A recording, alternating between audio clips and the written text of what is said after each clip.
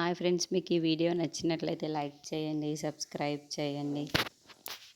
దీప శౌర్యని తీసుకొని హాస్పిటల్కి వస్తూ ఉంటుంది. ఇంతలో అక్కడున్న జోష్న వాళ్ళ గ్రాని అయితే నువ్వు వెళ్ళడానికి వెళ్ళలేదు అని చెప్పేసి ఆపేస్తూ ఉంటుంది. ఇంతలో అక్కడున్న శౌర్య అయితే తన చెయ్యిని కరిచేసి మరి కార్తిక్ దగ్గరికి అయితే వెళ్తూ ఉంటుంది. ఇంతలో అక్కడున్న కార్తిక్ని అక్కడ అలా ఉండడం చూసి, కార్తిక్ నువ్వు లేవు, కార్తిక్ నువ్వు ఇలా ఉంటే నేను చూడలేను, నువ్వు నాతో మాట్లాడాలి, నువ్వు నాతో ఆడుకోవాలి కదా కార్తిక్, నువ్వు ఎలా ఉండడం ఏంటి కార్తిక్ అని చెప్పేసి చాలా బాధపడుతూ ఏడుస్తూ ఉంటుంది.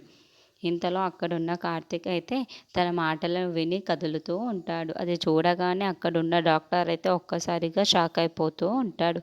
ఏంటి ఈ అమ్మాయి మాటలు విని తను కదులుతున్నాడేంటి అనుకుంటాడు. ఇంతలో అక్కడున్న శౌర్యని చూసి, నీ మాటలు విని ఇక్కడున్న కార్తిక్ అయితే కదులుతున్నాడు అని చెప్పేసి అంటూ ఉంటాడు. ఆ మాటలు వినగానే అక్కడున్న శౌర్య అయితే, నేను కార్తిక్ ఫ్రెండ్స్మి, కానీ ఇప్పుడు కార్తిక్ చూడండి నాతో మాట్లాడకుండా ఎలా పడి ఉన్నాడు అని చెప్పేసి అంటుంది.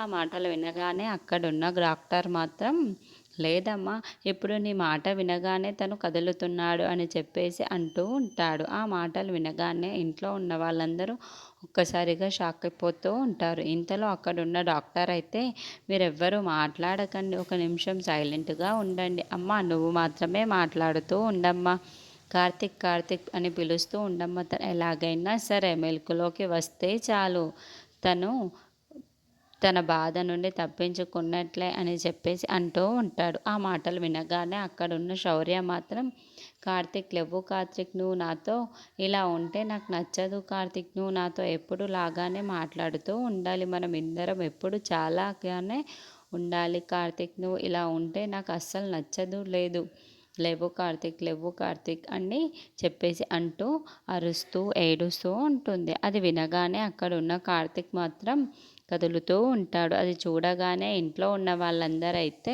ఒక్కసారిగా షాక్ అయిపోయి చాలా ఆనందిస్తూ ఉంటారు. ఇంతలో అక్కడున్న దీప శౌర్య మాత్రం, ముత్యాలమ్మ తల్లి, నా ఫ్రెండ్ని ఎలాగైనా కాపాడమ్మా అని చెప్పేసి అంటూ ఉంటుంది. ఇంతలో అక్కడున్న కార్తిక్ అయితే కళ్ళు తెరిచి శౌర్యని చూస్తూ ఉంటాడు.